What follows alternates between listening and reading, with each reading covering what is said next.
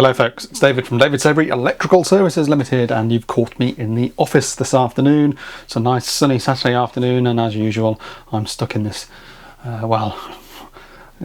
usually darkly lit cavern putting together some quotation paperwork. But I thought I'd capture some of this on video, because I've been meaning to do a video for some time now about quotes and estimates and what I do to put them together.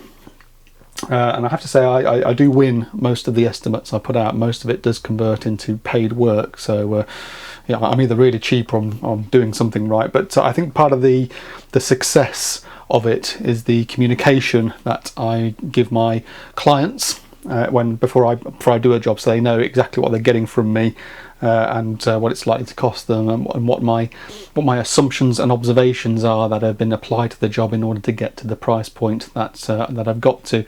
And I think a lot of tradespeople, I know I've certainly, whenever I've had tradespeople in, plumbers, builders, etc., they do sort of turn up and scratch their balls and suck air through their teeth and come up with a figure that's often sort of on the top of their head, or if they do provide it in a written format, it doesn't always say quite what you're getting for your money. It doesn't always break down exactly what you're getting. And I personally have had a problem before where I've had building work done and I've come along and said, well, what about that bit? Or that wasn't part of our pricing.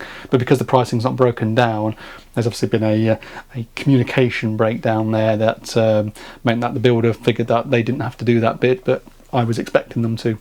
And you get that sort of thing all the time, and it gives tradespeople a bad reputation. So we'll have a quick look at what I do to get around that. Speaking of communication, you may have seen that I've got this job tracker. I think it's great to have a job tracker of some kind, something where you can collate the work that's coming in, the contact details, something that's searchable. This actually got me out of trouble a couple of weeks ago. We had a phone call from someone saying that LED floodlight you put up for us last year has stopped working, and I was thinking, I remember I put up an LED floodlight for those people, but I thought it was 2 or 3 years ago.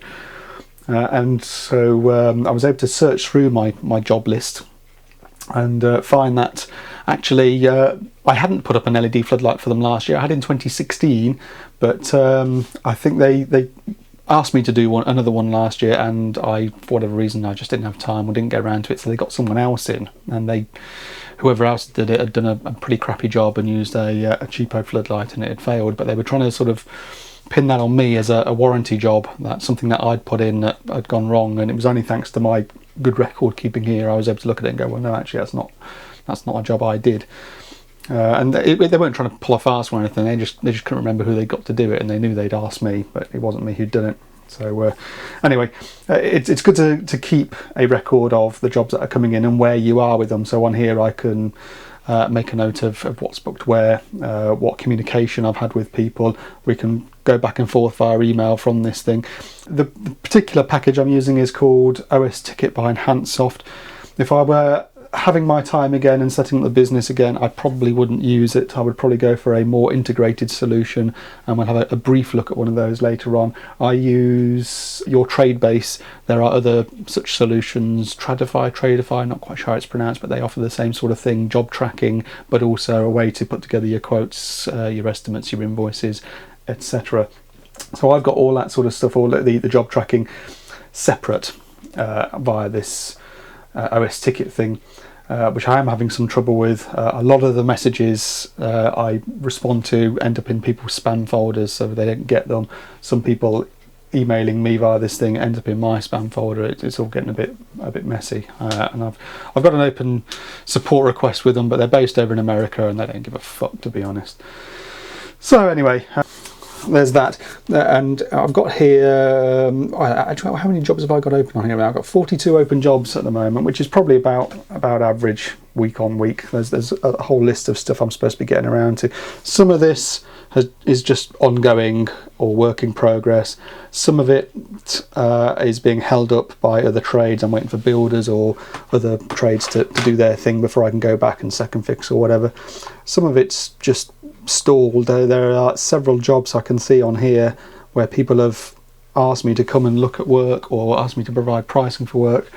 It's going back weeks, some of them, and I just haven't got around to it. And I would say, for God's sake, don't rely on me. If you're a customer booking work, put a request out to different firms in the area. Don't rely on me. My communication isn't necessarily great, and with the best will in the world, I'll try and keep on top of these things, and I'll try and reply to them. Might even look at the job, but putting together quotes and estimates is the biggest ball ache of my job and the hardest thing to find time for. If you've got a bunch of clients who've all got, you know, a fistful of 50s, and they're saying, no, just come and do the job. I just want the job done. I know you're going to do a proper job and not rip me off. Just come and do the job. They're obviously going to get the priority service over someone's who's going, oh, can you come and quote for it? And because they want me to come and look at it, jot it all down, go away, price it all up, and then and send it off. And I probably will get the work from it, but the trouble is I've got so much coming in. You know, finding the time to, even if I've visited them, finding the time to put together the pricing is a pain. So it often doesn't happen. So there's a bunch of people on here, sadly, who I may have visited. I've certainly responded to where I've said yes, okay, we'll come and look at that. We'll come and price that up for you, and it just hasn't gone anywhere because I haven't had time to put together the numbers or to visit them or whatever. And I just hope that, you know, they're not sitting there reliant on me, and that they have actually shopped around and found other people with better availability, because a lot of these are just going to have to get closed off. What do we got here? What I'm going to be looking at today is a job for, where has it gone? This one here. Someone wants me to put in a feed for an induction hob. They're in the local area.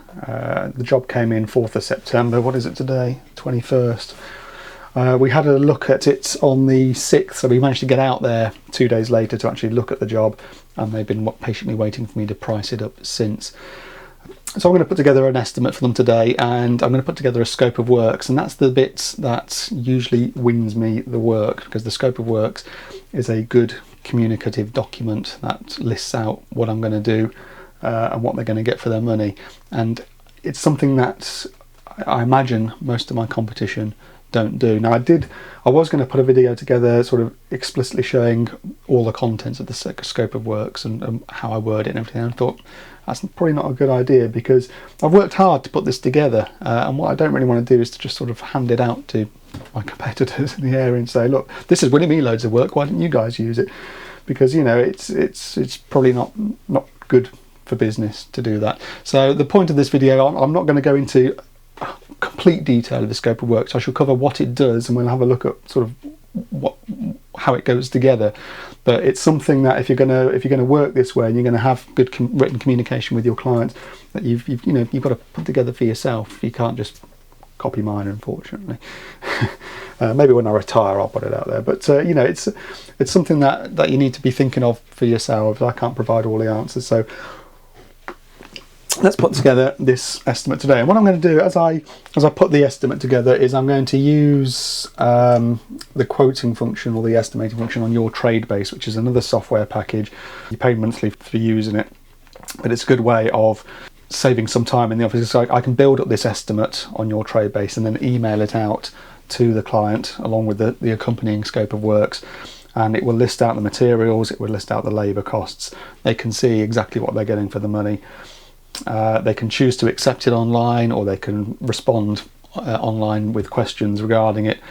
So I can then tailor it further if I need to. When I go and do the work, I can then convert it into an invoice, which obviously sometimes the invoice doesn't quite match the estimate because of different materials used on the day or different times it's taken. So I can go and tweak all that and then fire it out as an invoice. I can see when they've opened the invoice, because they get an email saying here's your invoice, and they have to click a link. When they click that link, it tells me on the screen that they've opened it. So if someone's claiming they haven't received the invoice, I can see on here that, you know, yeah, you have actually, because the link was opened on this time and date. I can also send payment reminders to those who are being a bit slow to pay up, and I can send receipts when a payment has been received. So unlike many people, all my sort of invoicing and stuff is generally done from the office. I can, because it's web-based, I can do this from my ThinkPad as well if I'm out on site. If it's a small job and I just want to clear it off there, and then I can fire this web page up in my ThinkPad, take a payment on the day, either cash, check, or a card transaction via my SumUp reader, and there you go. So at the moment we have here the estimate page, material 0, labour 0, and what I'm going to do is I'm going to plan in my head how I'm going to do the job, and I'm going to build up the scope of works, and as I go through I'll be thinking about the materials I'm using and how I'm going to cost that up, tot it all up, and we'll see what it all comes out to in the end.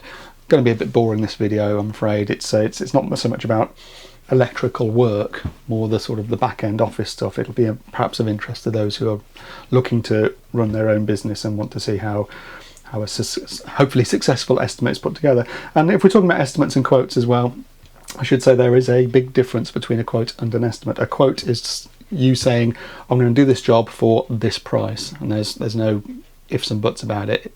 The job is that price. An estimate, obviously, it can go up or down.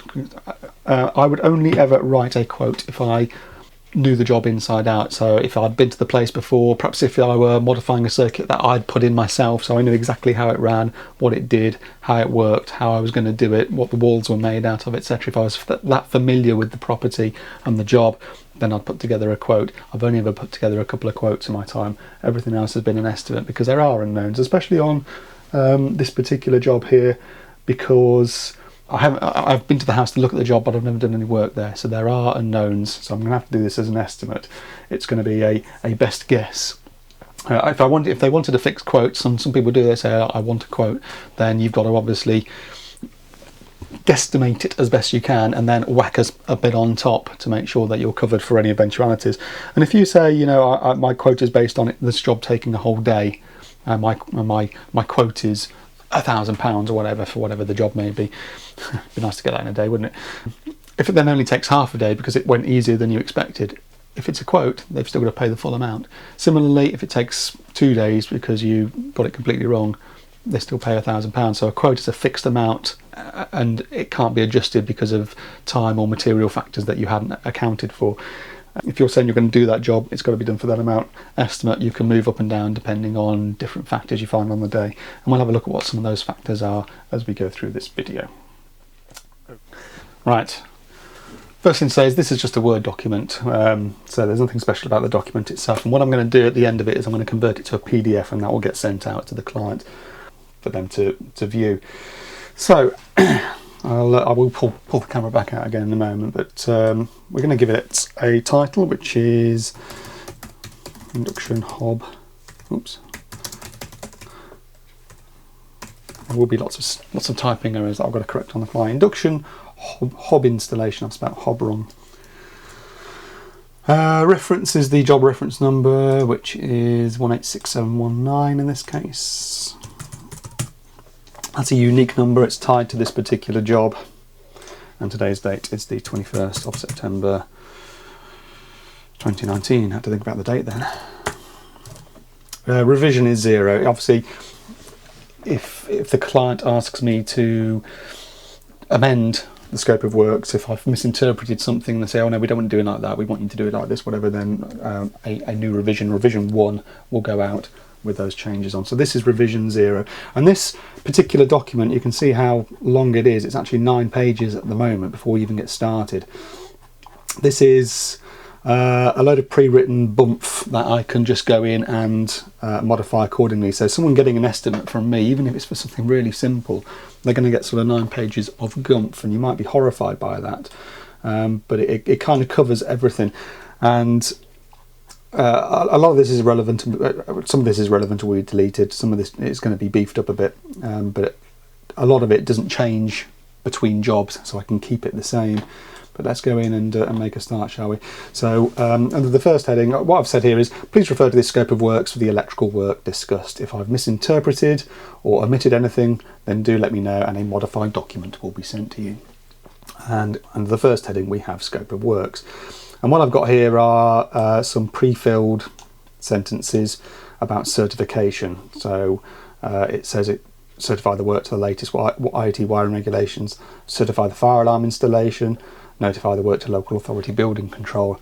Well, in this case, we're not messing about with fire alarms, so I can take that passage out, but I will be obviously notifying, we'll be certifying the work to the wiring regulations, and as it's a new circuit going in, it is notifiable under Part P of the building regulations. So both those sentences can stay.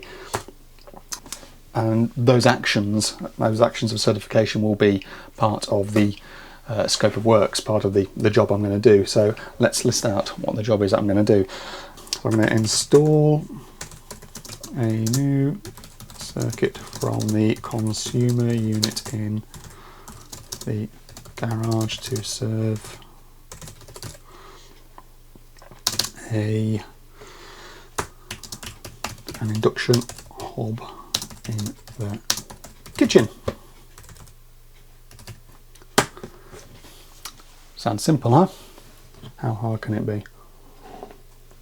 So the scope of works in this case is to install a new circuit, certify the work, notify the work. 3 actions are required for this job. Now I'm going to get into the next heading, which is assumptions and observations, job specific.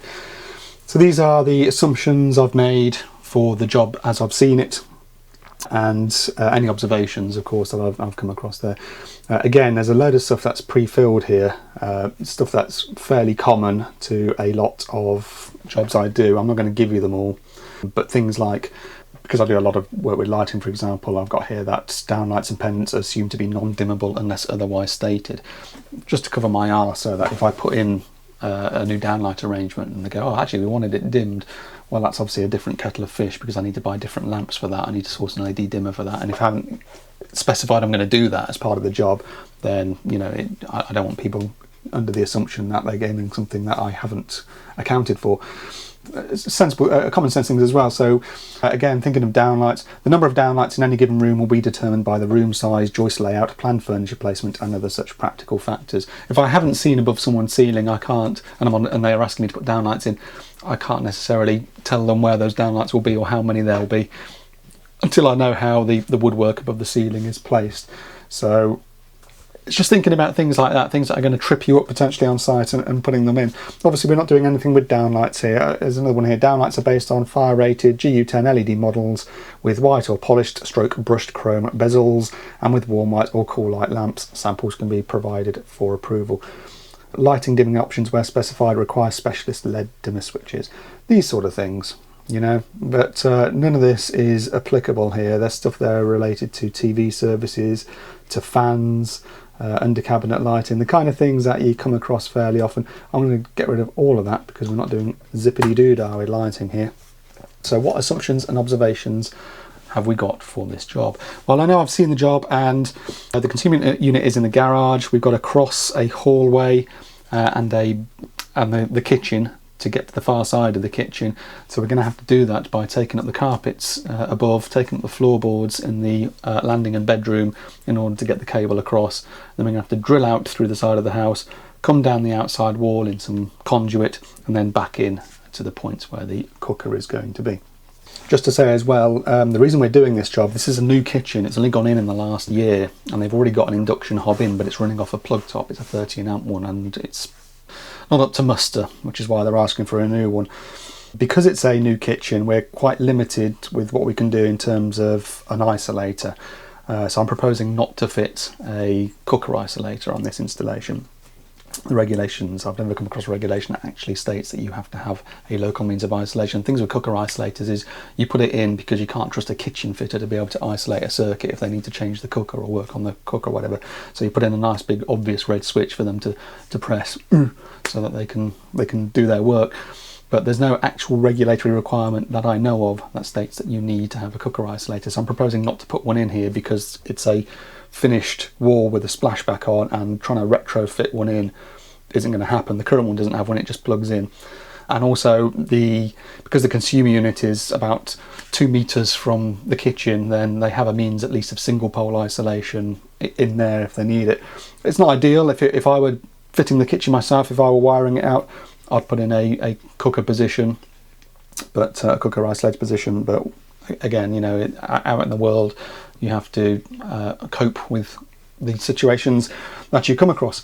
So we should be taking a feed from the consumer unit under the floor upstairs, out through the wall, down in some conduit on the outside, and back in to a cooker point to feed the cooker. The consumer unit is an Amendment 3 unit, so it's a dual RCD metal Hager board, and there appears to be a couple of spare ways in there. Well, there's a couple of breakers in there that aren't doing anything, so we think they're spare, but we haven't actually got the screwdrivers out on the job yet. So when we're talking about assumptions and observations, let's start with the source, shall we, the consumer unit. And we're going to say here,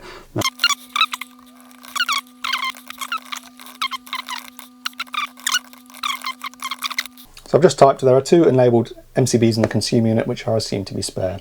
One of these will be used to supply the new circuit. If the consumer unit has no spare ways, additional time and materials will be required to accommodate this circuit. So obviously we're saying there that we've seen that there are 2 unlabelled fuse ways. One's already got a 32 amp breaker in it. We're assuming we can use that to supply our new circuit. But if we get the screwdrivers out on this board and take the cover off and find that those fuse ways are actually doing something and there are no spare ways to accommodate a breaker to drive this circuit, then obviously it throws the whole job out straight away. We have to look at putting in perhaps a secondary board or something like that.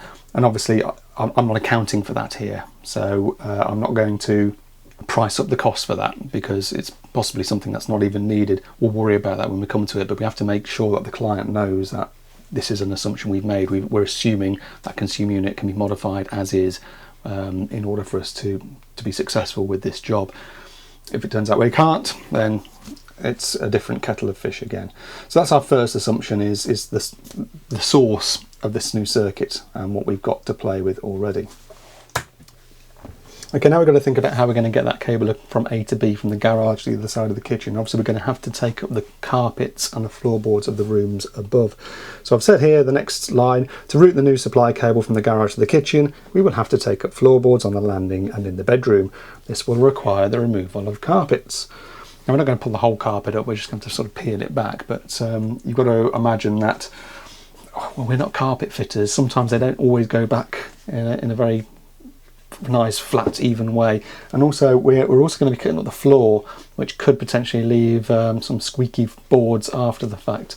So I'm going to add another sentence now where I'm going to say that every effort will be made to secure floorboards after removal to prevent squeaking and to refit the carpets. However, professional flooring services may need to be employed which is outside of this scope of work. So what I'm saying there is, if they're not happy with how the carpet's gone back down afterwards, they may need to employ an actual carpet fitter to come and, you know, get it into position, because we don't have the tools or the skills to be laying carpets properly. But that's fine. This is a limitation of our services that we're being upfront about. They can choose to go ahead with the job based on those limitations, or they can, you know, tell us to bugger off. But so long as we don't get to a point afterwards where they come back and go, "Oh, we're not happy with how this has all gone back down together," you know, we're limited to what we can do, and there's nothing wrong with that so long as you're kind of upfront about it. Next line is, it is assumed that fitted or heavy furniture is removed from working areas before work commences. Obviously, if we've got to get under a bedroom floor, there may be, well, there's going to be bedroom furniture in there, isn't there? There's going to be a bed, chest of drawers, that sort of stuff.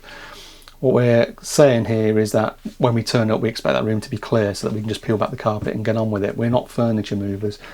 If the client doesn't empty the room and we're required to start shifting stuff out, obviously it's going to take extra time. So that has to be accounted for. We can't just sort of spend half an hour shifting furniture and then not add it to the bill. It's an expectation that that's going to be there. Next, we're going to, once we get that cable across the room, what we're going to have to do is to drill the wall in order to get that cable out to the outside. I'm going to say drilling of brickwork may result in the blowing of the brick face. However, a cosmetic solution will be applied to cover such. The trouble when you're drilling bricks is sometimes a big chunk of brick comes out, a big chunk of the face comes out, especially if you're drilling from behind. Not always. Sometimes you can be careful enough to do it successfully, even if you can drill from the outside in, so much the better. But sometimes you try and take it steady and all of a sudden a great big chunk of brick will come out and you, oh, crikey. Now, obviously we're never going to leave something looking bad.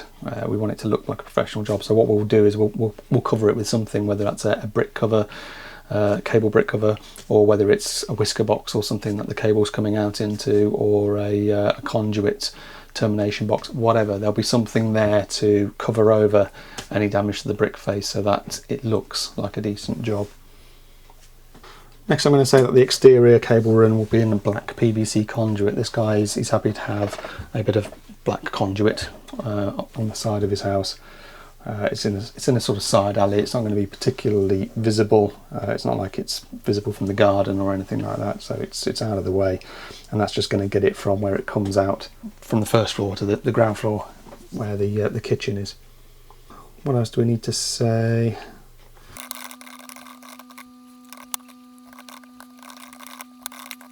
It is proposed that no cooker isolator will be fitted, as isolation can be achieved from the adjacent garage and decorative damage to the new kitchen is to be avoided. As I said earlier, it's not a wall we can work with. It is a new kitchen. We're limited to the kind of damage we can do in there.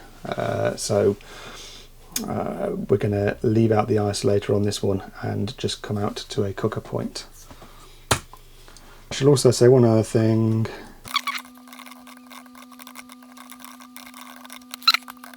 It is assumed the new hob will come with a connecting flex, but if not, one can be provided, although it has not been costed for here. Obviously, if we open up the new hob when it turns up and there's a flex in there, brilliant, it can go straight onto the cooker outlet plate. If it doesn't come with a flex, then we've got to get from the outlet plate to the cooker. I'm not going to account for that cable because I don't know quite what kind of flex it's going to be yet. I mean, I'm pretty sure what it's going to be, but I'm still going to leave judgment until I've seen it. So if it turns out a flex is required, then we'll add it to the invoice at the end. If not, then that's fine, but I'm not going to cost it up here.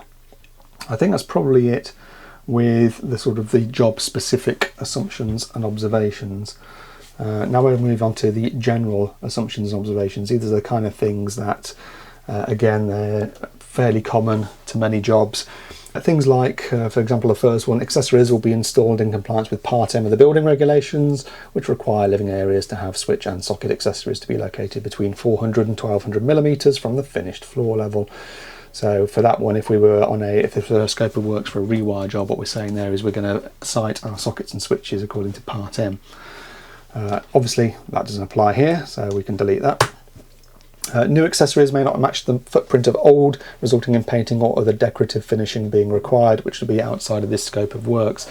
That's an example of where someone's asked us to change a light fitting, perhaps, and you take down the old light and then you put on the new light, but the new light doesn't quite cover the patch of ceiling that the old light covered, meaning that it looks a bit crap, needs some repainting.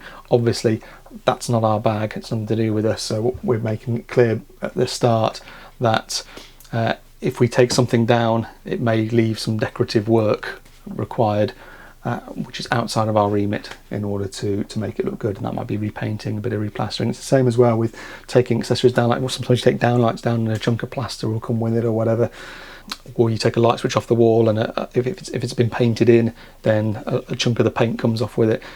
These are the kind of things you've got to think about. Okay, what's likely to happen to me on site? What might the customer complain about? What might they withhold payment on if I don't cover it up front?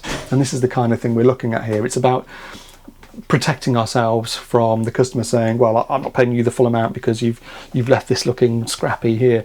If it's because they've painted around the light switch and we've taken it off the wall and the paint's cracked around it, I want it to be upfront that that's nothing to do with us. That's outside of our remit. It's outside of our scope of works. It's up to them to sort out that decoratively. And again, that's fine saying that, so long as we're saying it up front. If they don't agree with it, they can go and shop around for alternative installers. But it's about protecting yourself, covering your arse, and not giving anybody a reason to be able to withhold full or part payment.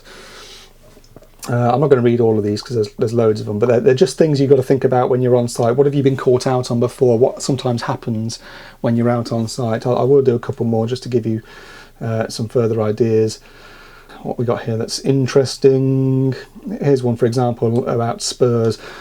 Where a spur accessory is to be fed from an existing accessory, it is assumed that the existing accessory is not already itself a spur. Otherwise, additional fusing may have to be installed with associated costs that have not been factored into this scope of works.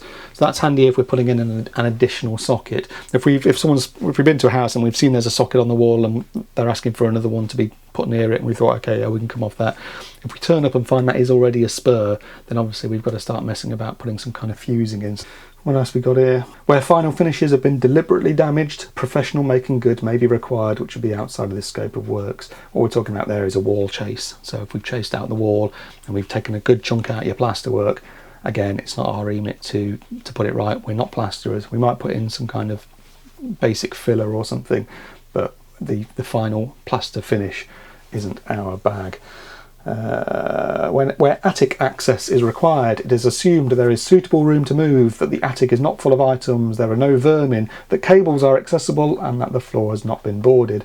Where this is not the case, additional time may be required to work around such issues. It's all very well thinking, oh yeah, okay, well it's going to be easy for me to install that ceiling fan in the bathroom, for example. But if you then get into the attic and you find the fucker's boarded and there's stuff everywhere, then you're scuppered. You can't get to the wiring, you can't get to the where you're going to be siting the fan.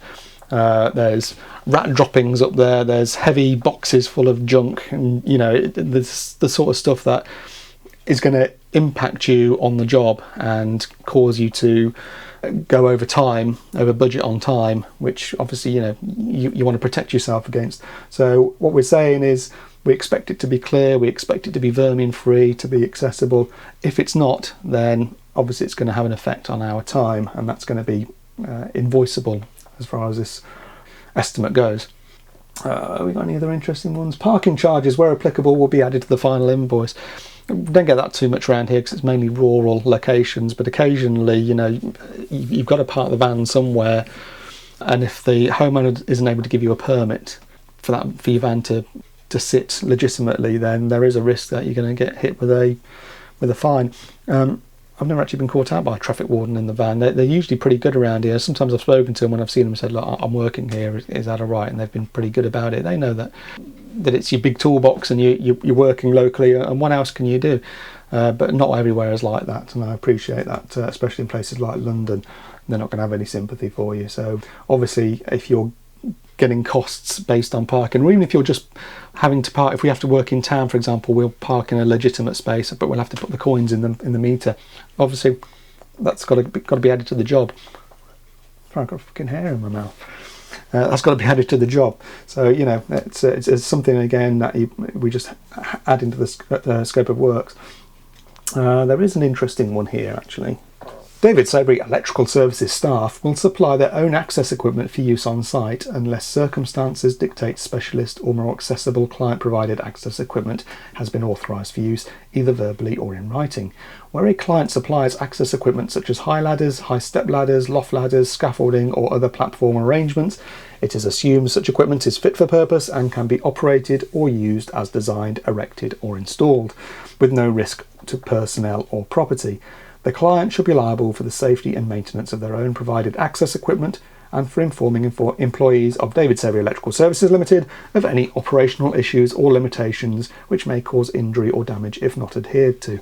What the fuck does all that mean? I'll tell you where that came from. And this is again where if you're on site and you get caught out, if something goes to cock, don't get pissed off by it. Take it as a learning experience and think, that fucker's never going to catch me out again. I'm going to do something about that. And I always use those sort of circumstances to beef up my terms and conditions or my assumptions and observations. I'll tell you where this came from. We did a job a while ago where we had to get into a guy's attic, and he said, oh, it's okay, I've got a loft ladder. And he pulled down this loft ladder, and brilliant, okay, we used it. At the end of the job, we weren't doing anything funny with it. We were just up and down it. Weren't carrying anything heavy up there other than our own beer guts. But we were up and down fitting this ceiling fan heater thing that he was having put in. And at the end of the job, one of the legs of the ladder had gone through the edge of the floorboard. Obviously, his floorboards were just shite. They were sort of rotting. They weren't very good. He had exposed floorboards, and it had just sort of pushed through the edge of one. And he said to us, well, look, you've damaged my floor. And what we said was, well, it's your loft ladder. There's only a certain footprint it can go in. And our assumption is that it's, because you've given us permission to use it, our assumption is that it's serviceable and it's fit for purpose, and that we can use it legitimately without it causing any damage. And we're certainly not responsible for damage incurred if that's not the case. And he was perfectly fine about it. He said, yeah, okay, I agree. Fortunately, I did wonder if he was going to kick off a bit. But, again, if it had been our ladder that had damaged his floor, then I'd have taken responsibility. But it was his ladder. It would only go on a certain part of the floor because it came down from the loft. There was only a certain area it would physically go in. and the assumption is that his floor is sturdy enough to take that kind of apparatus and that kind of weight. And the fact that it wasn't really our fault. It's his own fault for not maintaining his floor, really, and for allowing the woodworm to have weakened it at the point where the loft ladder was in contact with it. So again, this is one of those things that you think, I don't want this to happen in the future. If someone's giving me access equipment to use, I want to make sure that I'm clear up front that I will use my own access equipment unless they give me access equipment that I'm to use on site. And if they do that, I expect it to be fit for purpose, functional, and for it to be possible to use without it causing any kind of damage to surroundings. But if it does, if that's not the case, and the ladder collapses under us, or something falls off it and smashes a Ming vase or whatever, or it goes through the floor, it's not really my fault. And again, as long as you're upfront with these things, then no one should really be arguing about it. Other things as well, of course.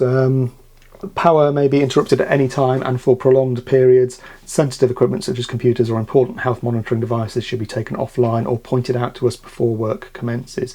Most of the time, most of the sort of jobs we do, we don't have to take the power off for very long, but you never know when you're accidentally going to trip an RCD or something like that. So it's always best to sort of have it up front and say, look, you might lose your power at any time, and you need to make sure that sensitive equipment is protected, that you've saved your work, that your fucking iron lung isn't going to suddenly stop working, or any nonsense like that.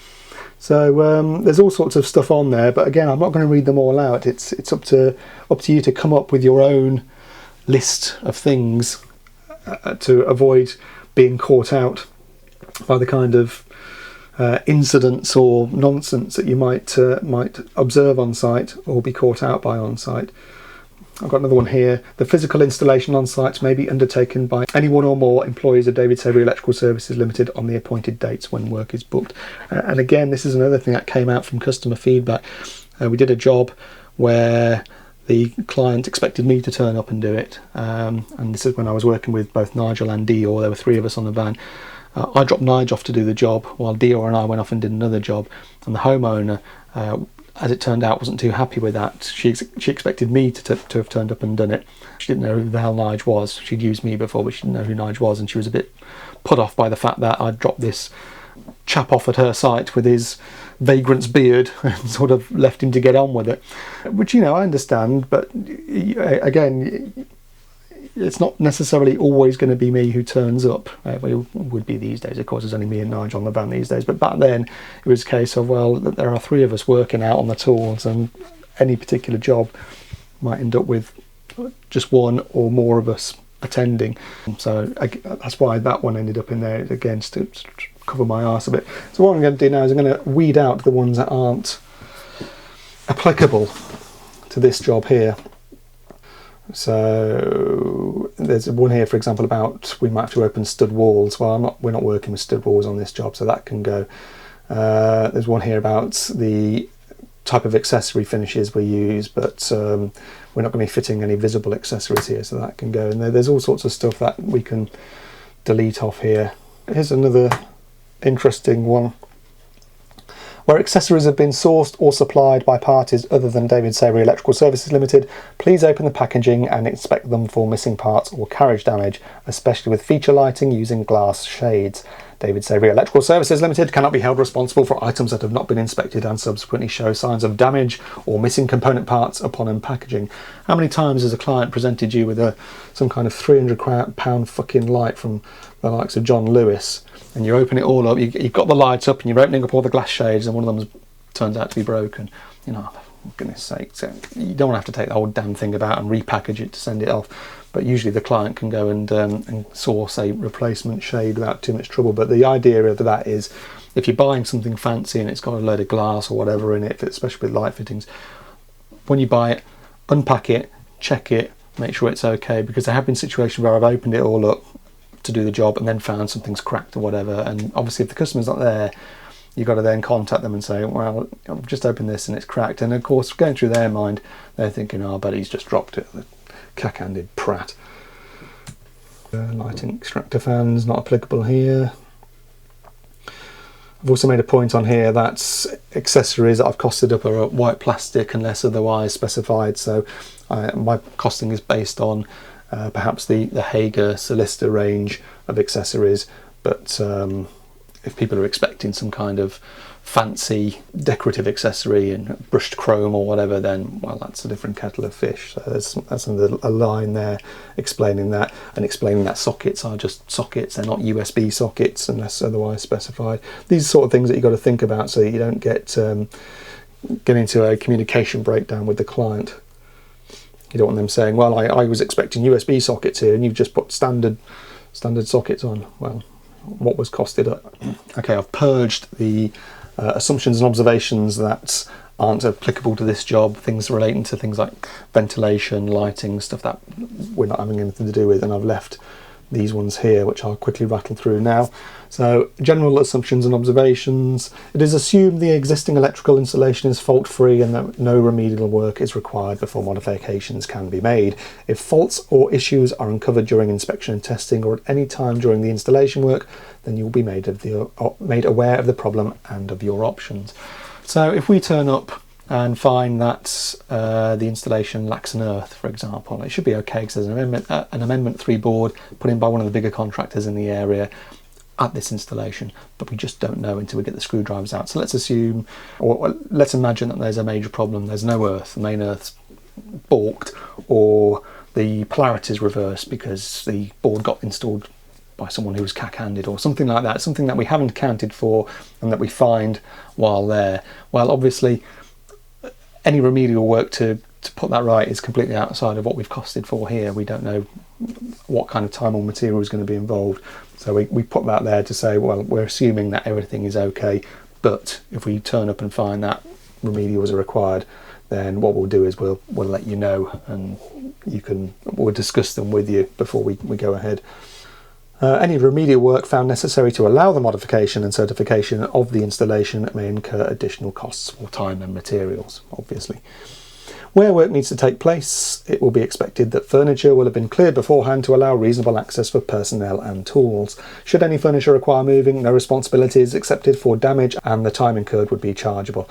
Should it not be possible or practical to move furniture or obstructions due to fragility, amount, weight, security of fixings or any other factors, then it may become necessary to postpone or abandon the proposed scope of works without notice. If we turn up, I've already covered this partially in my site-specific assumptions, so if we turn up and find that there's some kind of furniture, fragile furniture, that's large, heavy, needs moving, we don't want to take any responsibility for any damage that may be incurred in our attempts to move that. We're not furniture movers, so we don't really want to be involved in doing that, which is why we ask the client to move it beforehand. But if we're being asked to shift stuff, if you've got some little old lady there who can't possibly move this furniture and you've got this glass cabinet full of delicate china or whatever, then okay, we'll move it. But if Nige the klutz goes and drops a china plate, well, we'll only do the moving if we're absolved of responsibility, so we're upfront on that. If it turns out that it's just not practical to move stuff, or it's just too heavy for us, or we're just not comfortable doing it, then this sort of says, well, we can abandon the job without notice. Every effort will be made to minimise dust. However sensitive or valuable items should be removed from the working area or covered by the client to their own satisfaction before work commences. Obviously, we try to keep dust down with things like dust sheets and vacuums, but again, once this stuff's airborne, it's really hard to control. So it's better if the client ensures that things are protected to their own satisfaction rather than leaving it to us.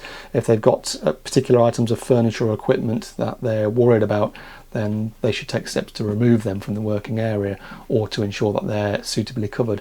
We don't want to cover stuff up and then have them come to us at the end of the day going, well, that wasn't covered satisfactorily enough. It's up to them to make sure. I don't know what sort of stuff they've got or what they're precious about. It's up to them to make sure really that things are safe. They want us to do the job, but we are going to be swinging tools around and making a bit of a mess. It's unavoidable, I'm afraid. You can't rely on us to completely seal the place off. It has to be done to their own satisfaction. And following on from that, basic tidying and vacuuming will occur at the completion of work, but additional wiping down, especially of food preparation services, should be undertaken by the client once the site has been vacated. We try and keep dust down, and we try to tidy up as best we can after ourselves. But if you've been working, say, near a kitchen and cutting in downlights or whatever, again, with the best will in the world, even with dust sheets and vacuums and things, you're going to get some airborne particles, and they are going to get in places where perhaps you don't want them to be, such as on worktops or food preparation surfaces. While we may give them a basic wipe down, we're not going to give the place a deep clean, so it's for the client to ensure that things are clean to their own satisfaction at the end of the job. Again, if they don't like the sound of that and think that it ought to be us doing it, they can shop around and see if they can find someone else who's a bit more stringent on what they propose to do about their dust.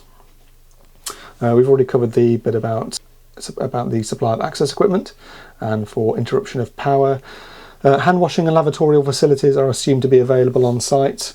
It's a basic right that we ought to be able to have a piss and wash our hands at any given site. Obviously there are some building sites where you turn up and find that the bathroom's been worked on, they've ripped the loo out, the water's off, and you think, well, where am I supposed to go? And the builder says, oh, just take a shit behind the skip in the garden or something.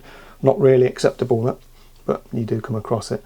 I'm not too bad, because being a professional drinker, I can hold my water quite well, but Nigel isn't quite so, doesn't have quite such a robust bladder, it seems. And Dior, God, when he worked with us, he was going every 5 minutes. All supplied materials along with the workmanship is covered by my 24-month guarantee. We'll talk more about guarantees shortly. Working days are based on 7.5 hours, which includes time for planning, packing and packing tools and materials, and sourcing materials from suppliers when required. We're a bit flexible on time really, but that's more, it's not so important, that line now. That was more about when we offered a day rate, which we don't do anymore. When we offered a day rate, it was based on a 7.5 hour day, same as like an office worker would get. And obviously in that day you may have to unpack tools, pack them up again, go out to get materials or whatever, which would all be included in that time. These days we just charge for time on site, so it's not so important now. But again, you want to know that, or you want the client needs to know that what we're basing our day on, and we're basing it on 7.5 hours. Google tracking is used to determine time on site for billing purposes. We use, if you go onto Google Maps on your phone, you can go into My Timeline or whatever it's called, and it will show where you've been unless you've opted out of it, which I find quite handy, because sometimes it can be a few weeks between me doing a job and getting around to actually billing for it. You think, oh crikey, where was I on that day, or how long was I, what time did I turn up, what time did I leave? I can look on Google tracking and it will tell me. So that works out quite well. And if someone comes along and says, well, I don't think you were on site at 8 o'clock in the morning, you can fire up Google Track and go, well, according to this I was. Not that we've ever had anybody moan like that at us. Estimates are based on calculated costs of known materials and the likely installation time. Invoice costs may vary from the estimate within reason, or where there are unforeseen circumstances outside of our control. Obviously, an estimate is an estimate, and if it turns out that there are additional things that we need to add on that weren't accounted for because we have surprises on site, we open up the floor and find that, once you get under there it's different to what we expected, then obviously the estimate is going to vary. And it may vary up or down. Sometimes jobs are easier than we expected them to be, take less time, and therefore the estimate reflects that and it comes out cheaper, much to the client's delight. Sometimes it takes a bit longer or involves some additional materials, or the client will even stick on a while you're here, which obviously hasn't been accounted for. So that changes the invoice compared to how it was estimated. Itemised costs may indicate several electrical certificates to be issued as part of this scope of works, with the number based on how many circuits may be affected. The final invoicing will reflect the actual number of certificates issued. I charge for providing a certificate. It's a nominal charge. A minor works is like £4.95 and an EIC, I think it's £7.95 or something like that. It's just a nominal charge, and that's to help cover two things: my time to put the certificates together and the costs for using the EasyCert software that I use. I used to just provide the certificates as part of the job, but I'm paying for overheads on that. Obviously I'm losing time to it, and I'm having to pay for my Easy Cert licenses. So I thought, well, hang on a sec, why am I doing that? I need to put on a basic charge to help recoup some of those costs. And what we're saying here is that there may be more certificates than the estimate is allowed for. This one's going to be quite simple because it's going to be an EIC, but if we're doing a minor works, say modifying some lighting, we might have assumed that it's just one lighting circuit that's been modified, therefore one minor works certificate has been accounted for on the estimate. But when we get to site, we might find that the lighting circuits, there's actually 2 lighting circuits that are being modified. They're not all on the same circuit, in which case 2 certificates would have to be accounted for.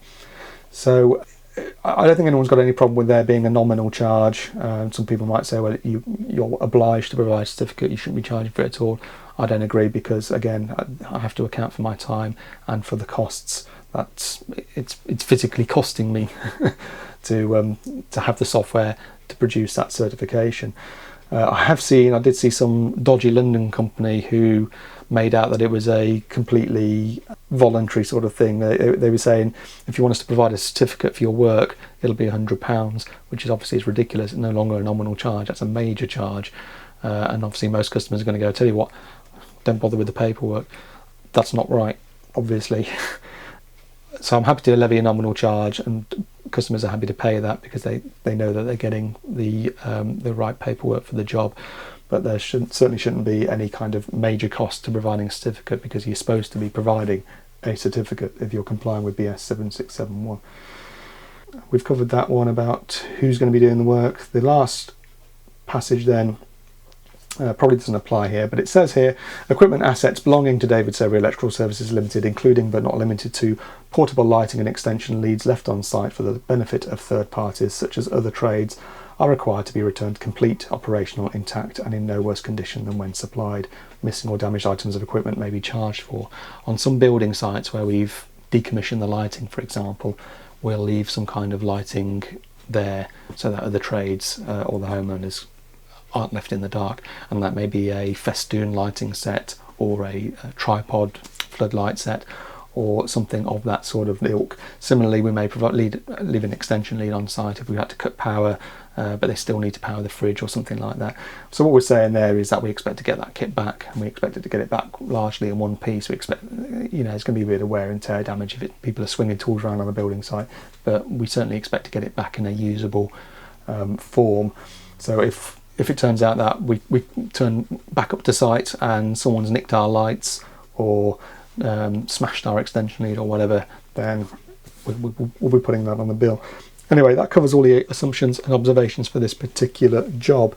So again, the client can look at that and they can see what's been assumed for us to go ahead and put this circuit in, and also what's been left out, so they know that if this were a job where we were digging out walls or whatever, they'd know that we're not going to make good, not going to do the plastering. That's something that they've got to arrange, or that they've got to move the furniture beforehand before we start pulling up floors, that sort of thing. It just gets us on the same page as the customer. Let's move on to payment then. And again, I won't read all this out, but this payment section just lists out my payment terms, which are basically that I'm not going to ask for cash up front because I don't. When an invoice is supposed to be paid, which is immediately upon presentation, because by the time they get the invoice, the work has been done. I don't expect to have to wait weeks for the payment to come in. The fact that my 24-month no quibble guarantee only applies if payment is received in full within 5 calendar days. That supplied goods remain the property of my company until they're paid for in full, and how payments can be settled, how invoices can be settled: backs, cheque, cash, credit, debit card.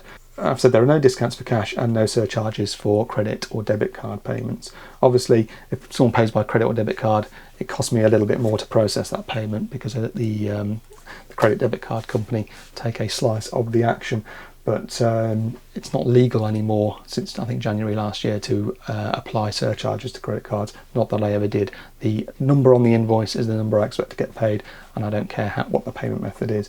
Similarly for cash, anybody comes up saying how much for cash, or tell you what, your 120 quid bill, I'll pay you 80 quid in cash. I'm like, no mate, you'll pay me 120 quid because that's what the fucking bill is.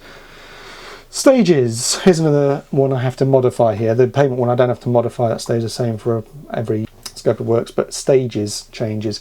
For this job I've assumed there'll be the following stages, and I've got listed here: decommissioning, first fix, second fix. Well, this isn't going to be a staged job, so I'm going to change this. I'm going to say for this job I have assumed all work can be completed in a single site visit, i.e. we turn up, we do the job, we bugger off. At the time of writing there is availability from October, so I'm giving them an indication of when I can do the job if they're happy to accept it. But I go on to say that if they have a preferred schedule, then obviously they can let me know and I can see what I can book in.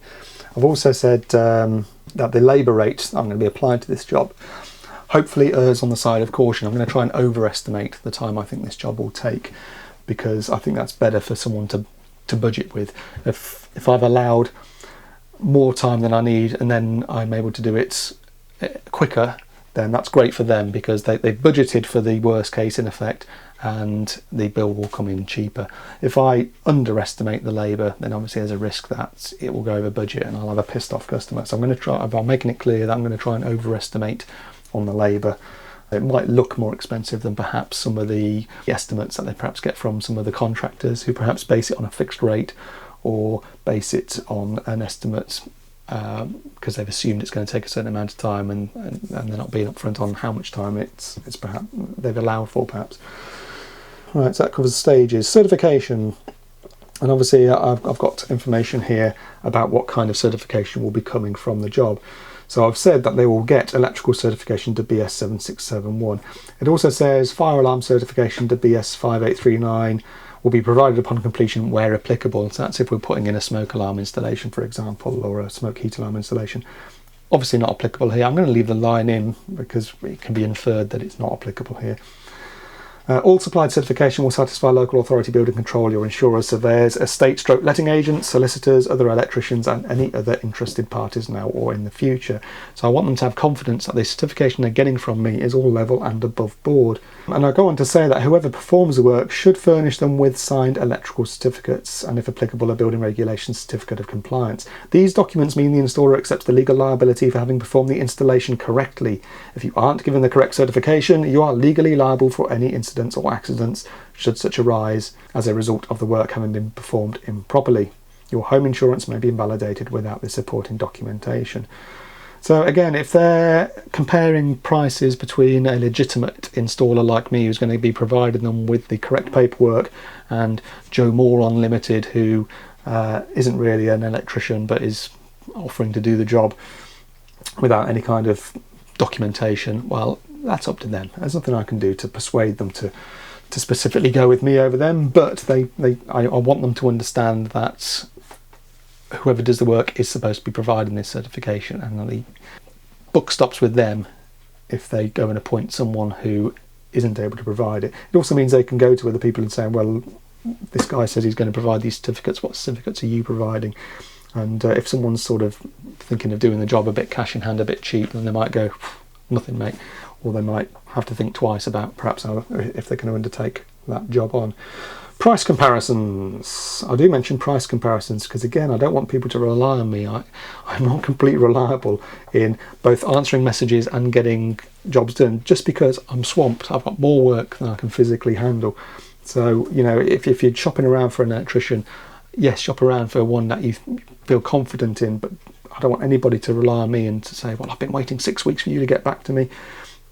If I'm getting back to you in that kind of time frame, then you need to be shopping around and trying to find someone who's got better availability, because it's all, with the best will in the world, I'll try and keep on top of these things, but there just aren't enough hours in the week for me to do it.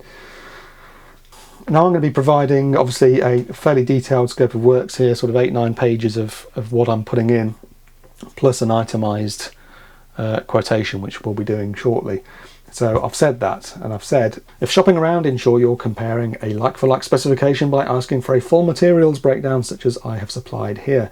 A rival installer who intends to provide no warranty support and fits cheaper, less than brand parts to cut corners may well be much cheaper, but the work and materials may not be to the same standard. Obviously, you know, again, if we're talking about something like downlights, I put in Philips, tend to put in Philips LED lights, fire rated cans. If you're comparing that against someone who's buying cheapo open back pieces of shit from Screwfix with LAP branded lamps, it ain't the same. It might look the same on paper because you're saying, well, I'm going to fit 10 downlights for you, and so this guy over here is going to do it for much less. It ain't the same quality, it ain't the same job, it ain't the same level of safety. Construction design and management regulations. Ever heard of them? I don't know how many of you know this, but apparently since April 2015, all trades working directly on behalf of a domestic or commercial client is required by law under the Health and Safety Executive to comply with CDM 2015, which means you're supposed to come up with a construction phase plan before you start work. A fucking what now? I can do this via my membership of ECA because they have a RAMS system that I can use to produce things like construction phase plans, risk assessments, method statements, that sort of stuff. But for most jobs, I've got to admit I don't. Who does? I've got my standard company risk assessment, my standard policies and procedures in place, but the idea is that you are supposed to come up with a construction phase plan before every job, which is supposed to get you thinking about the health and safety of that particular job and how you're going to undertake it. Obviously, this particular job here is probably going to involve ladders on the outside of the house, for example. It's going to involve the use of power tools to cut floorboards, hopefully without hitting anything behind them. It's going to involve the use of hand tools to prise things up, to drills to drill through walls, etc. And I'm supposed to think about all this beforehand and put together a construction phase plan listing how I'm going to do the job, what tools I'm going to be using, the risk assessments involved. You can tell some fucker in government came up with this crap, can't you? Can you believe that? How? And this is the trouble again. You're trying to run a legitimate business, but there's no all the cash in hand competition you're working with. They're not doing this. They're not putting the time into this. And you know what? Neither am I, because as I've already said, I haven't got enough hours in the week to cope with the workload coming in. And you think I'm going to come up with that before each job? I do, however, say in my scope of works that I'll do it, and that anybody they appoint to look at the job should also be doing it. So they can, any prospective customers can go to Joe Bloggs Electrical and say, can I see your construction phase plan? And they're probably going to go, huh? But if they come to me and say, well, I understand that you need to put together a construction phase plan, can I see it? Well, then I'll get onto ECA's ERAM system and I'll produce one. But again, fucking hell, the red tape, it drives you up the goddamn wall. Other trades. The point of this section is to say that it's recommended that your electrical work is booked for a time when other trades are not present. How many times have you turned up to a site to do a job only to find that the room you want to work in has got 3 plumbers in there and they've got the floor up and the water's off, and you know you haven't got room to move and you can't go and have a piss, and it's just not practical. So there are some sites we've turned up to before and found that other trades have been booked at the same time, which is probably great for the homeowner because they've taken the day off work or whatever. Thought, oh yeah, we'll get the plumber, the plasterer and the electrician all in on that same day to minimise the amount of annual leave I've got to take. But then, you know, you've got these three guys with beer guts in the same room all trying to sort of work around each other. Not practical. So especially if we've got to turn the power off and your plasterer needs to use it for mixing his muck and your plumber needs to use it for charging his drills or whatever. So we say there, where practicable, it's recommended that you don't go booking other trades when you get us in to do work. Most work like this one here, it's a small job, we don't have to worry about other trades, but even so, it's still something for people to think about. References and reviews. I point out that reviews can be found on various sites: Free Index, Trustpilot, Yell, Which and Google. They're all places that collate reviews on my behalf. And I also say that if they want to speak to previous clients of mine, then I can probably arrange it. I imagine there are people I phoned up that I've done multiple jobs for and said, look, there's this potential client, they're having similar work done to what I did for you. Would you mind if I gave them your phone number so they can call you and you can give an honest opinion on whether you think I'm the right guy for the job or not. Recycling and disposal. Now, I do have a waste disposal policy and I do have a waste carrier license. So what I say there is that recyclable materials I can remove from site and dispose of. So that'll be things like the scrap copper, the cardboard packaging, that sort of stuff. Non-recyclables I'm not allowed to take away. It's not covered under my waste carrier license. So I'll make the point there that non-recyclables will have to be left for disposal by the site contact. So if we go in and we chase out a wall, all the brick crap that comes out, all the bits of plaster, whatever, we'll bag that up and we'll leave on site for the homeowner to take down the tip, because I'm not allowed to take it away. But all the cardboard packaging, all the scrap copper, we'll take that away and we'll dispose of that. Cancellation rights. Obviously you need to decide for yourselves what your cancellation rights are. I say that they may cancel a job at any time, and if work has already commenced, then someone will be invoiced for what has been done to date. I'm not too bothered if someone pulls the plug on me at the 11th hour, because with so many jobs on the go, there's usually someone I can phone up and say, right, we've had this cancellation or this postponement, can we come and do your job? And most people are happy to go, oh yes, please come get it done, get it ticked off the goddamn list. So there's usually something else for us to go to, and even if there isn't, again, there's not enough hours in a week, as I say, so I can come back and do some paperwork or something.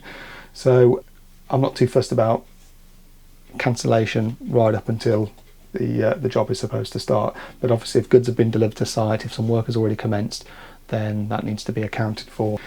Warranty, I briefly touched on warranty earlier. I put a 24-month no quibble warranty on anything I put in, because I tend to use stuff I trust, brands like Philips, Osram, Hager, Skolmore, etc. You know, these are all trusted electrical brands. I don't use cheap stuff. I don't use sort of Screwfix own brand stuff, Toolstation, cheapy stuff. It's all proper stuff that I trust and that ought to last the distance. I sometimes get my pants pulled down on that, of course, sometimes, especially with things like LED floodlights, which I've had trouble with in the past, even with sticking to brands that ought to be good.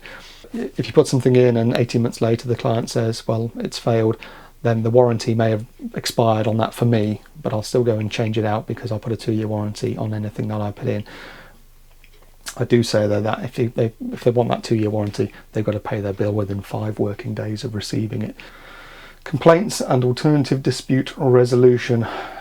I've got an internal complaints procedure. You have to really, if you're with one of the competent person schemes, NIC in my case, or NAPIT, Alexa, Stroma, etc. You have to have a complaints procedure, and I'll start off with an informal complaint procedure, which someone can go in and they can log in and complain basically by emailing me saying, I wish to complain in the most vociferous terms about the service received or the cost on the invoice or whatever it may be.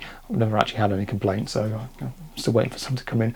But if they're not happy with how I then handle that complaint in-house, then they can escalate that. They can either escalate it to NIC, or they can use an ADR service, and because I'm with Which and Trustmark, they both offer alternative dispute resolution services that any particular customer can go through, and in which they will act as a mediator between me and the client in order to get things straightened out.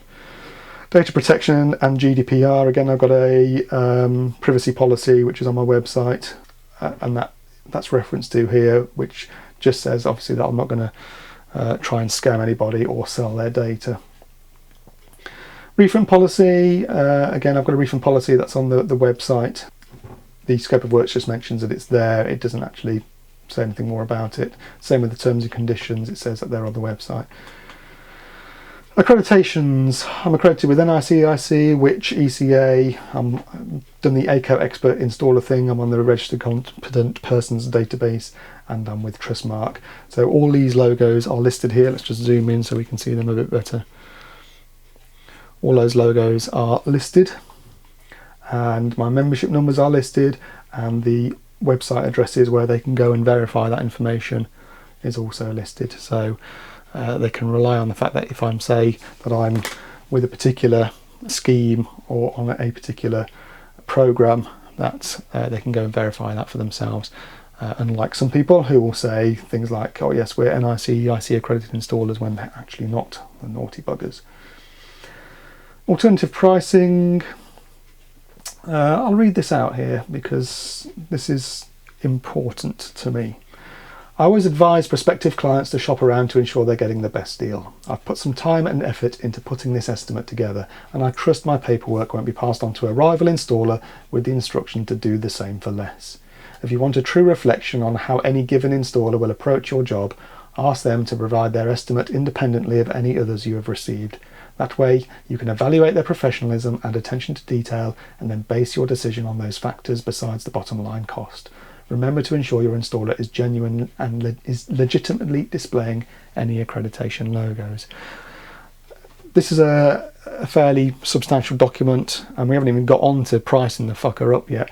So when the client gets this sort of 9-10 pages of bump, I don't want them to just go and hand it to someone else and say, there you go, knock 50 quid off and do what this guy says, because you know that person, they haven't planned the job in their head like I have. They're not necessarily going to approach it in the same way with the same materials.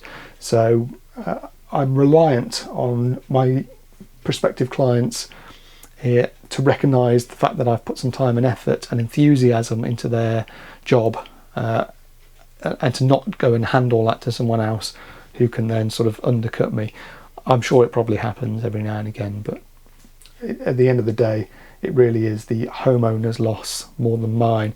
Although I'm waffling on for an awfully long time in this video today about putting this together, in reality it takes sort of 10-15 minutes to price up a job like this. Obviously I'm just chatting shit today, but I could have had this done by now. I could have had this done a long time ago and emailed off, and it's not really a huge chunk out of my day. It's annoying because I don't have much time in my day, so I don't really want to be losing it, but it's not a massive chunk to once this is all sort of put together in a template form. It's not a massive chunk to put it out there.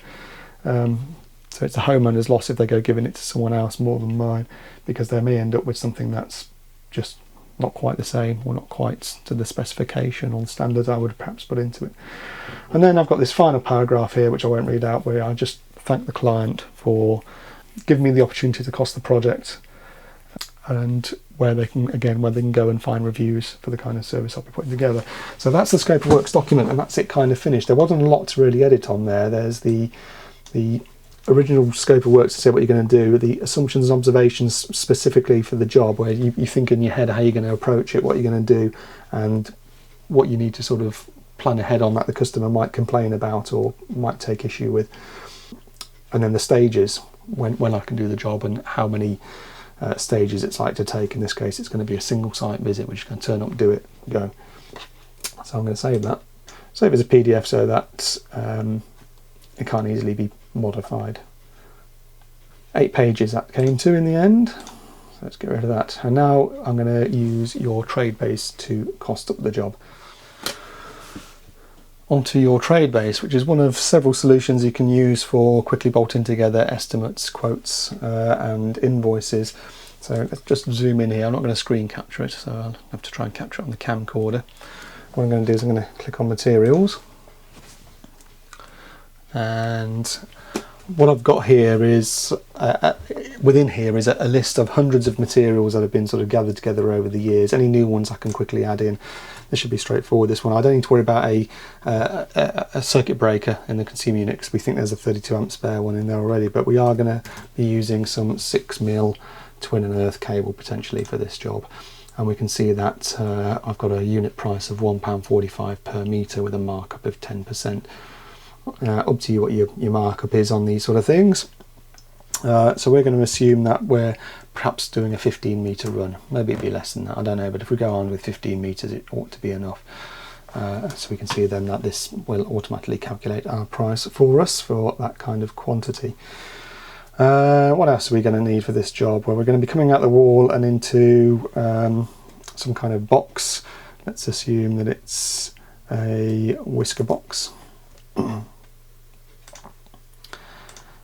We're going to be coming down the wall in some conduit.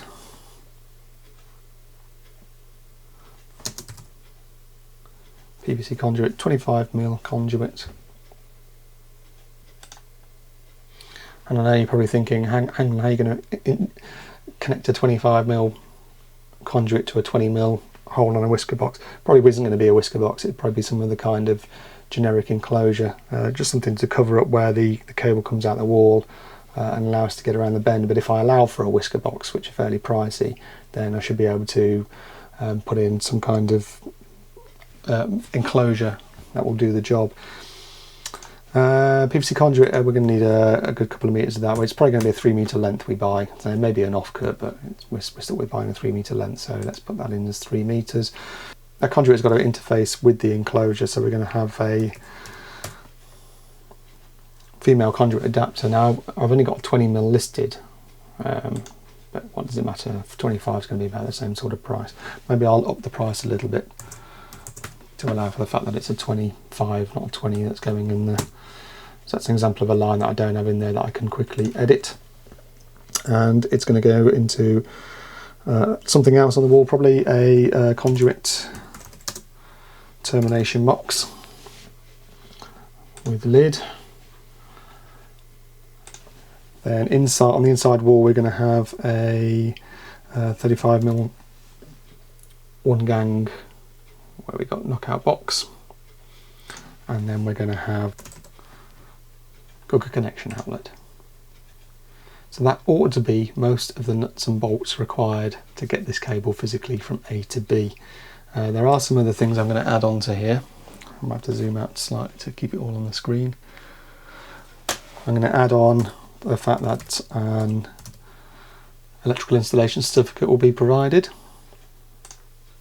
I'm going to add on that there are going to be some sundries such as clips and screws, and we'll call that, that's not going to be much, we'll call that £2 worth. There's going to be some saddles for the conduit outside. Probably not, this is based on a traditional saddle. We don't really use them anymore because we're now fitting all these fancy fire rated things, but let's assume that there'll be a couple of saddles involved. What else might there be that I've left off? There may be a gland required for the cable to come out of the consumer unit, and there's going to be a Part P notification.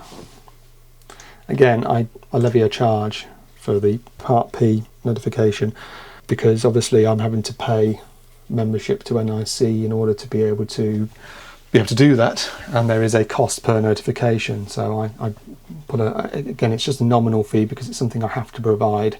In this case, I'm going to charge £20 for doing that, for the time and the expense of doing that. So in terms of materials and certification, it clocks in at £80.31. Not too bad, is it? So now let's add on the labour. And I'm going to say I've got various labour rates to choose. Initial hour I'm going to charge higher more, subsequent hours will be less, and I'm going to say that we'll assume that takes 4 hours in total. Me and Nige, 4 hours in total. Job comes to 332.31 with the materials and labour. As I said, I'm hoping that I've overestimated on the labour and that we can perhaps do it in 3 hours instead of 4. It all depends on how easy that floor is to come up and what sort of obstacles are behind there.